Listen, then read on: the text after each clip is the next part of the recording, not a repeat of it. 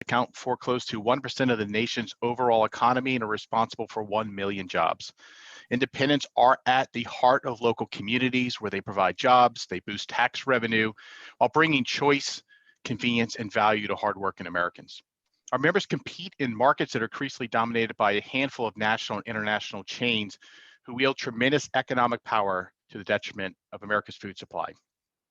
Independent grocers are increasingly struggling in the face of growing influence of so-called power buyers, dominant retailers who act as gatekeepers to grocery shelf space and control terms of trade in our industry. These power buyers exercise their market power to demand lower prices and packaging deals, security advantages for themselves. They also exercise market power to demand better products and better service at the expense of rivals. Independent grocers are told they cannot get popular products or popular SKUs that are available on the shelves of dominant firms. The COVID-19 pandemic has unfortunately exacerbated this problem against independent grocers. In fact, in the months as small businesses struggle to keep products on their shelves, powerful firms have used their economic power to demand on-time, complete orders from suppliers, and in some cases to secure excess supply of must-have products such as paper items, including paper towels, cleaning products, hand sanitizers, canned soup, and other shelf-stable items that are in high demand by consumers. A year into the pandemic, our members are still struggling to stock store shelves with key products their customers are demanding. Yet when you walk into the closest big box store, you may find those same products not only fill the store shelves, but in some cases, they are on promotional displays. Not only have independents lost access to popular products, but they've also lost promotional pricing opportunities that allow them to compete on price or discounts and sales. In rural areas and inner cities predominantly served by independent grocers, those communities bear a disproportionate impact. The consumers now must travel longer distances to find the products they need at more crowded chain retailers. Other rural and inner city communities without grocery stores, without grocery access, often known as food deserts, were impacted by this problem way before the pandemic ever struck. And that's because dollar stores have been able to use their influence in the marketplace to secure exclusive product offerings tailored to low-income customers. These tactics push out independents and leave communities without access to fresh and healthy offerings. A food retail marketplace controlled by a handful of firms flies in the face of America's free market principles. It discourages entrepreneurship, it limits investment in underserved community, and it harms consumers who rely on a vibrant and robust food supply chain. That's why it's time for Congress and the federal government to reassert the principles of antitrust law so that it can restore competition to an industry which every single American relies. Antitrust is not just a big tech issue, it's literally a kitchen table issue. And that's why we're here to talk to you about it today. And now I'd like to yield the microphone over to David Smith, President and CEO of Associated Wholesale Grocers. David? Thank you, Greg. As Greg said, I'm David Smith with Associated Wholesale Grocers. We're the nation's largest cooperative food wholesaler to independently owned supermarkets. About 1,100 family-owned companies with about 3,000 community supermarkets. As a cooperative, we supply our stores with products and support services to try to help them remain relevant in their communities and provide a local alternative to the big chains that Greg spoke of, a role we've proudly been serving for about 95 years. Unfortunately, as Greg laid out for you, we've seen this impact of these power buyer chains that they have on our industry. And the outcome we've observed isn't really good for consumers or America's communities. Under the threat of losing business from those power buyers, which in some cases have 35 to 40% or more of the manufacturer's total sales in a business that's razor thin margins, those suppliers are forcing the supplier by those large retailers are being forced to their demands or face crashing stock prices, or worse yet, the potential to actually close up their businesses. But because demand squeezes those suppliers, higher prices and less product availability are forced upon those that remain, and that's independent grocers and smaller regional players. An unfortunate misconception is that dominant retailers provide lower prices because they're more efficient. Yes, There are efficiencies of scale, and we too buy products in the most efficient way possible by the truckload and in multiple truckloads, just like those largest competitors. The issue is purchasing scale, which decades ago was transparent and available to any company that achieved those brackets. That's no longer evident. And companies like ours don't have targets to shoot at or to remain competitive. It's what happens when the largest companies control a consequential share and can dictate terms to those suppliers. With our collective member retail sales, it's about $22 billion annually, which would rank our members as the sixth or seventh largest U.S. grocery retailer. While we've achieved that scale and size to keep our costs down for the customers, even then, the power buyers are multiples of those sales and command the vast majority of many of the suppliers' sales. So they command access to product, price, and promotions that many of us are never offered. This isn't a theory.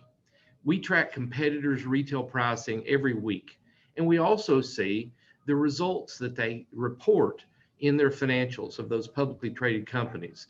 These results depict a hidden but known cost variances clearly favoring those chain power buyers. Another issue that became far more important due to the pandemic was product availability. In September, the largest power buyer, an Arkansas-based company, announced that they would charge suppliers 3% of the cost of delayed or shorted product if they didn't achieve a 90% full and on time.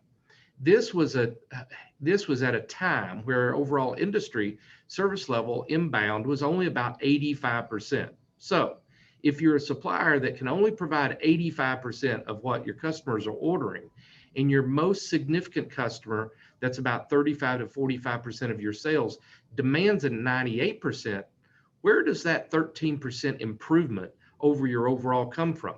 Well, we know that it amounts to a shortage to the others that are out there.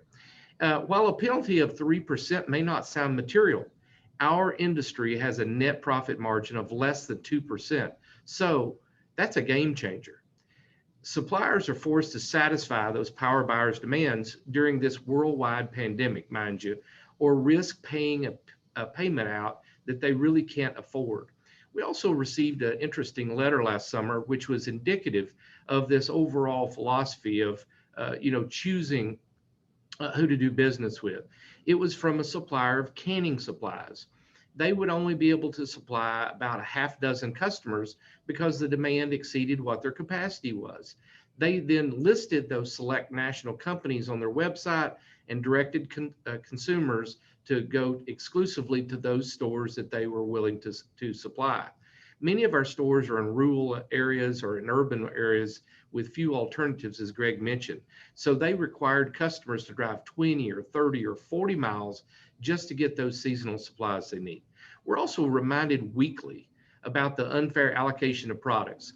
While our orders are being prorated or shorted altogether on critical COVID items like disinfectants, disinfecting wipes, bath tissue, paper towels, we see in the super centers and club stores, they had pallets of product. When we asked the suppliers, we were told that those types of retail businesses are a different class of trade, and they support healthcare workers in the front line, so they receive the first preference. Well, I guess the theory here is that none of those workers are in communities that we serve. These anti-competitive tactics by dominant food retailers make it challenging, to say the least, for member stores. The result is often that underserved communities and what Greg mentioned, that food deserts start to reveal themselves. Instead of trying to treat the symptoms of those issues by providing incentives from government for companies to go in and reopen stores where others have retreated, I believe that we should be dealing with the root cause, which is the anti-competitive conduct of those power players placing the squeeze on suppliers. Our most vulnerable population, generally the most financially challenged and most affected, this causes them to have food insecurity, poor diets, increased health-related risk, and increases demands for government assistance. They need access to fresh, healthy, affordable food. And if we allow these power buyers to run them out of these communities, they're going to be denied access. Our members have experienced the struggles of running a business during the pandemic and economic downturn, and they took these challenges head on. But it seems that power buyers have taken advantage of this challenging situation to expand their control of product supply and own prices even more than before. It's not fair and it's not right, and it needs to end. Communities need independent grocers. They need independent grocers and their suppliers, and wholesalers need control of their own businesses so that we can help protect the consumers at the end. We need to put the power back in the hands of suppliers so they can say no to this squeeze of the power buyers and the costly and unjust demands of those large companies that could put them out of business. You know, there's a lot of attention going on right now about social media and big tech. That influence is real, but look at its reach versus the most essential of consumer goods, food. While some believe it to be untrue, you can live without Facebook, Instagram, and Twitter, but you can't live without food. Where are our priorities as a country? Back to you. Thank you, David. And now we will hear from Jimmy Wright of Wright's Market in Opelika, Alabama. Good morning. Thank you all for being here. I am Jimmy Wright. I'm the owner of Reichs Market, located in East Alabama community of Opelika. It is home to around 30,000 people. Reichs Market is a family-owned business. I worked here as a teenager under the previous owner and then bought the store in 1997 and rebranded it as Reichs Market. I've always considered my role in our community as a servant. I invest my time, effort, and resources back into a community that has given me so much. We have taken our role as a community leader to a new level during the pandemic by serving as a place where people felt safe to shop. We've adjusted business hours to sanitize store and have offered alternative hours to our seniors. We invested in personal protective equipment to keep our employees and our customers safe. During the pandemic, providing for our friends and neighbors got even harder because our larger competitors were illegally taking away our access to important stock items.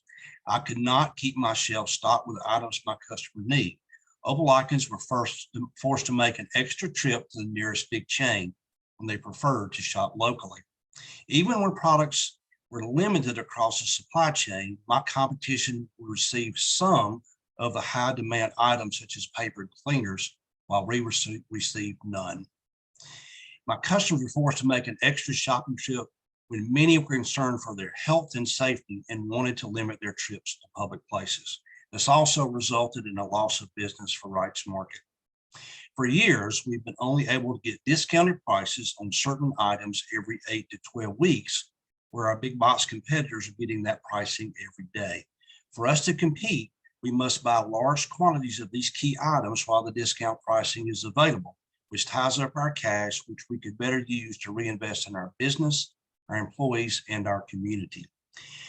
We're also not offered certain package sizes that we see in our competitors. This is especially prevalent in the dollar stores. When we ask for these products, we are told that we are in a different channel of trade than the dollar stores, and those products are not available to us. These tactics are not just unjust, they're illegal. There are laws in the books designed to prevent anti-competitive economic discrimination. Those laws have not been enforced in years, and now we're all paying the price. Frequently, I see prices in my big box competitors that are lower than I can buy them at wholesale. Why? Because they can dictate the terms of trade and receive better product availability and pricing than we can. An important fact, sometimes overlooked in antitrust, not only protects retailers, but also intended to protect manufacturers and suppliers from power buyers who seek to use their scale to exert undue influence. Wright's Market and other independent community grocers like us are resilient in overcoming operational challenges, but these anti-competitive tricks make it difficult to compete and to grow our business. I hope to continue serving my community, but to do so, there has to be a level playing field. I'll turn it over to my colleague, Chris Jones. Good morning. I'm Chris Jones. I'm the head of government relations and counsel at NGA. As you can tell from David and Jimmy's statements, independent grocers and their wholesalers do not compete in a free market. And that's because the dominant firm power buyers make the rules for everybody else. Their size and their market power alone enables them to secure advantages for themselves and harm the smaller players in the food retail marketplace. The pandemic has put this structural issue on full display as everyday Americans who rely on Main Street grocers still can't access the products they need to feed and support their families. The very reason that antitrust laws were written is to protect competition and to protect consumers, but they are not achieving these primary goals for two main reasons. Number one, the laws that would prevent economic discrimination in grocery are no longer enforced by regulators or in the courts. And number two, the current assumptions of antitrust enforcement are flawed. They assume that the problem of economic discrimination can be chalked up to efficiency gains. The idea that big box retailers should get a free pass because their actions can be explained by business efficiency and is therefore good for consumers. But ladies and gentlemen, the current situation in grocery is anything but good for American consumers. And that's because efficiency has nothing to do with it. AWG's sales figures per year, as David stated, are 22 billion in sales. They buy product from their suppliers in the most efficient way possible, by the truckload. They're vertically integrated, sophisticated, and as efficient, if not more so, than the nation's largest food retailers. So why are they struggling to compete? Well, that's because the big box giants have so much economic influence over their suppliers that they are forced to accept their terms in order to reach their end customers. And let's face it, new or smaller suppliers are effectively shut out of the grocery marketplace unless they can reach the shelves of the biggest players. Suppliers and independent grocers cannot lean on the antitrust laws to push back on these demands because the relevant antitrust laws haven't been enforced in a generation. They have no choice but to charge independents higher prices and to limit their product offerings. That means if you're an American consumer who shops in an independent grocery store, then you are forced to pay more while dominant food retailers claim higher margins. The bottom line is that assumptions of antitrust enforcement that big equals better misses what's really going on in our industry. Food product suppliers are no longer acting in their own economic interests. They are acting at the mercy of dominant food retailers. And when firms don't act in their own economic interests, it should be enough to put the antennas up of the most skeptical antitrust practitioner. And that's why NGA has drafted a white paper that we're releasing publicly today called Buyer Power and Economic Discrimination in the Grocery Aisle: Kitchen Table Issues for American Consumers. This white paper makes the economic, legal, and policy case for why the antitrust laws and their enforcement must be recalibrated to restore competition to the grocery sector. The white paper incorporates hours of interviews, discussion, and feedback that NGA received from its members to explain how the lack of antitrust enforcement has handicapped competition in the grocery sector and harmed American consumers. You will find that many of the problematic principles at play in the big tech debate are also apparent in grocery, and economic discrimination is in fact a problem that extends well beyond our industry. NGA and its members intend to use this white paper in our efforts to call on Congress and the federal government to modernize and enforce the antitrust laws. Independent grocers are at their core American entrepreneurs and fierce competitors. They want nothing less than a free market in which to compete. But markets are not free if a select few set the terms of trade for everybody else. And with that, we're happy to take your questions. Okay, anybody who has a question, please raise your hand and I will open your mic.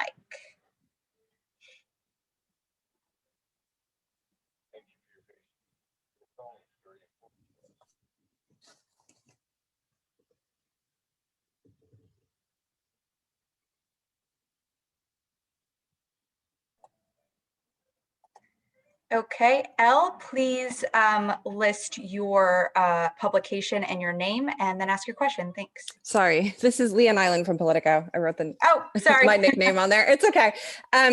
I was curious if you guys could expand a little bit more about what you would like Congress to do here. Yeah, I'm happy to answer that. Thank you.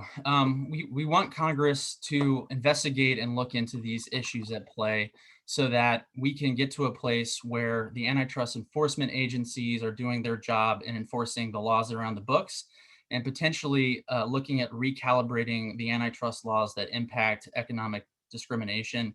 It's been about almost 100 years since the last law that was passed here, so it could need some updating in the long run.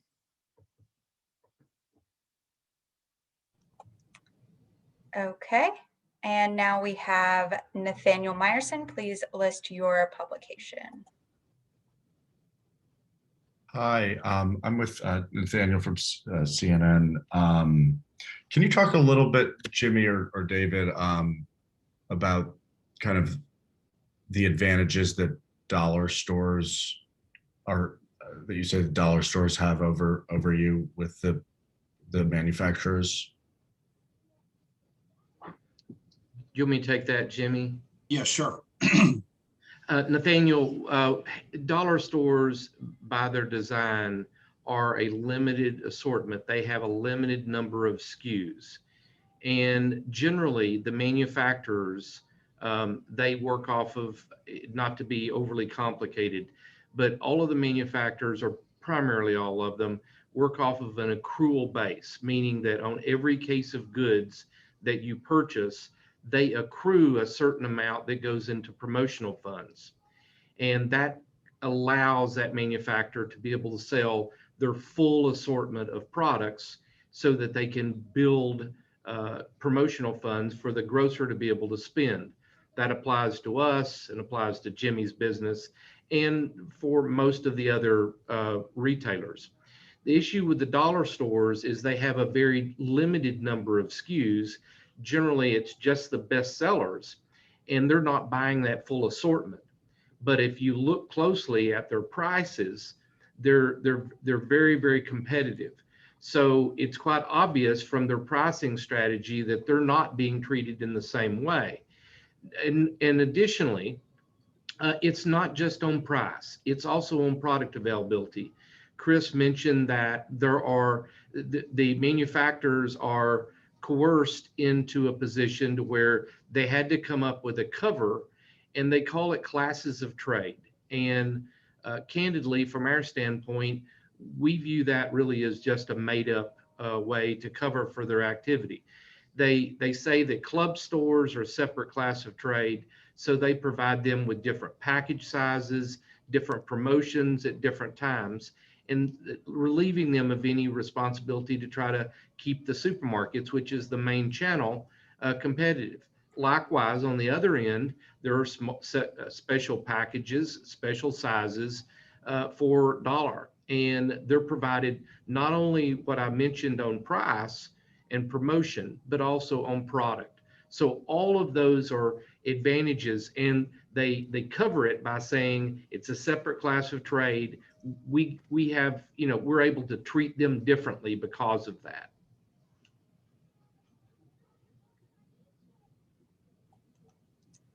Okay, thank you, Nathaniel. And now we have Esther D'Amico.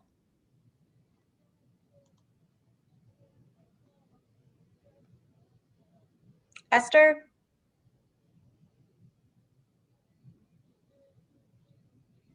Esther, yep. Okay. Hi, I'm Esther D'Amico with Deal Reporter, part of Accurus.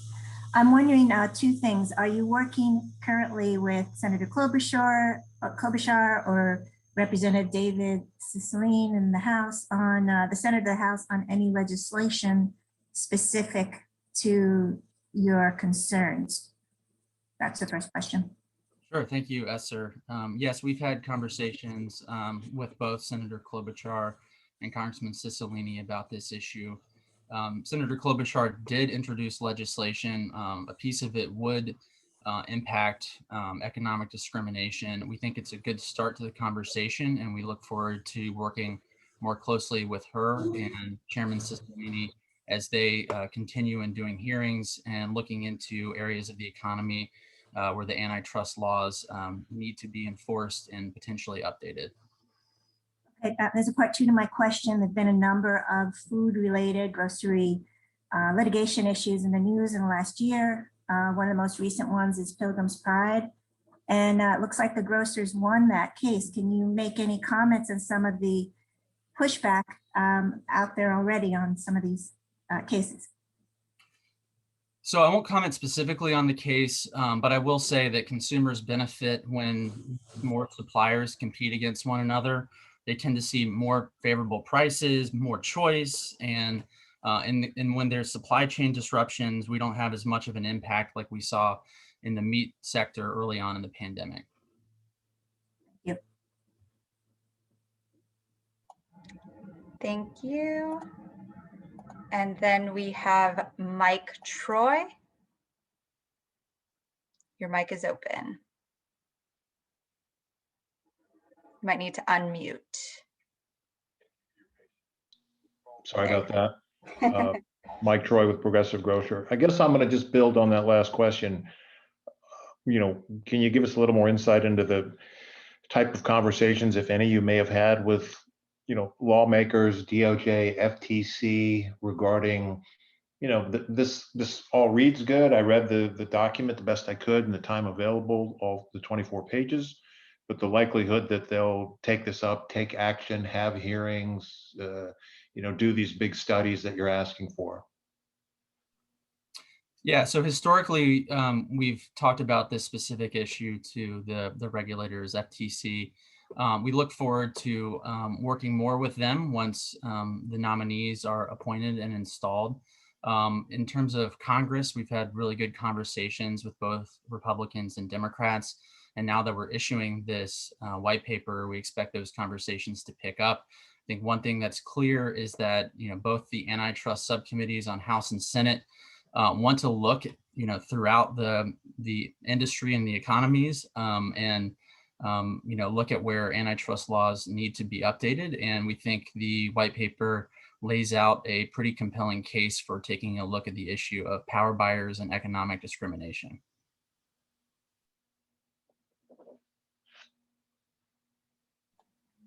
Okay, thank you, Mike. And then we have Russell Redman. Your mic is now open.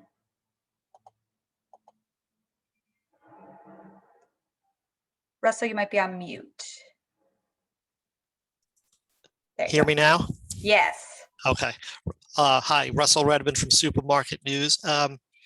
Why haven't these antitrust and price controls on pricing practices been enforced?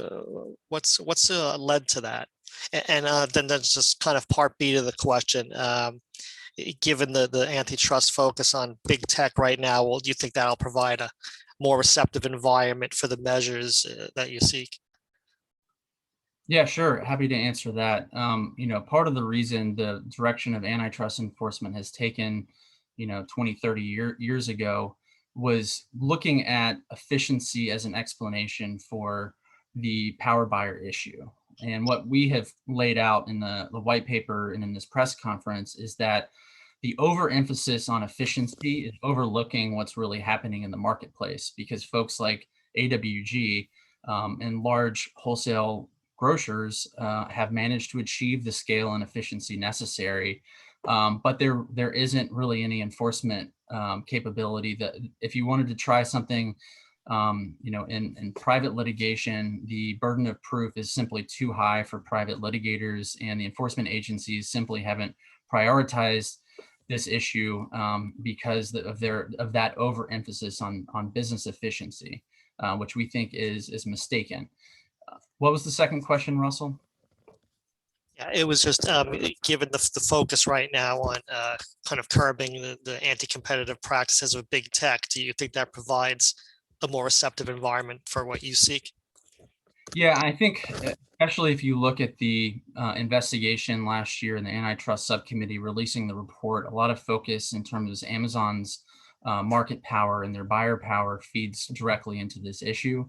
One of the things that gets missed about Amazon moving into the grocery space is the fact that their size and their scale already makes them a power buyer. So they can come in and, similar to what we've seen for decades, they can, dictate terms of trade and, get exclusive product offerings at lower prices that, their competitors, that would disadvantage their competitors and give higher prices and less choice to independent grocers. So we think this feeds into a lot of the concerns in the big tech space.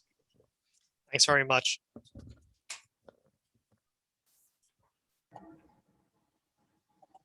Great. Thank you very much. And if there are no other questions, oh, Mike Troy, do you have another question here?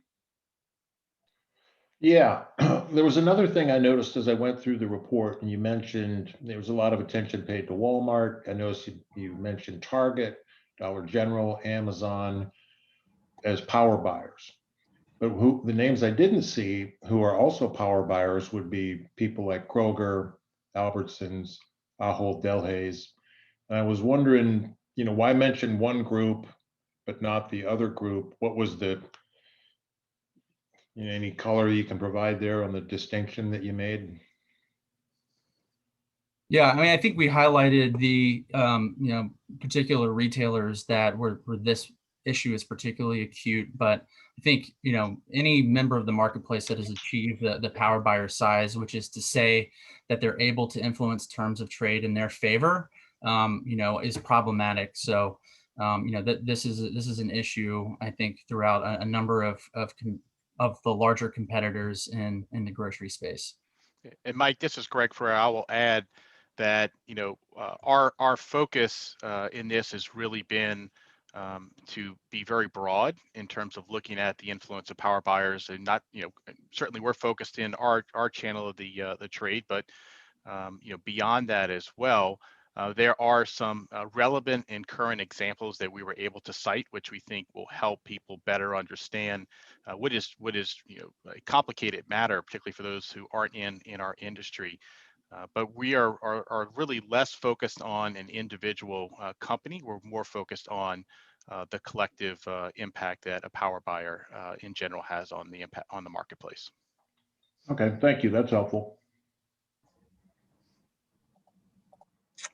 Okay, and if there are no more questions, just want to say thank you to our panelists for speaking on this issue, as well as our attendees for joining and listening. If you have more questions or want more information that you didn't get from this, I put my email in the chat. It's aberner@skdknick.com. And we'd be happy to get those questions answered and get you more information. And there will also be a recording of this call, and the white paper has been sent out for those who have not had a chance to read it. Thank you very much. Have a good day, everyone.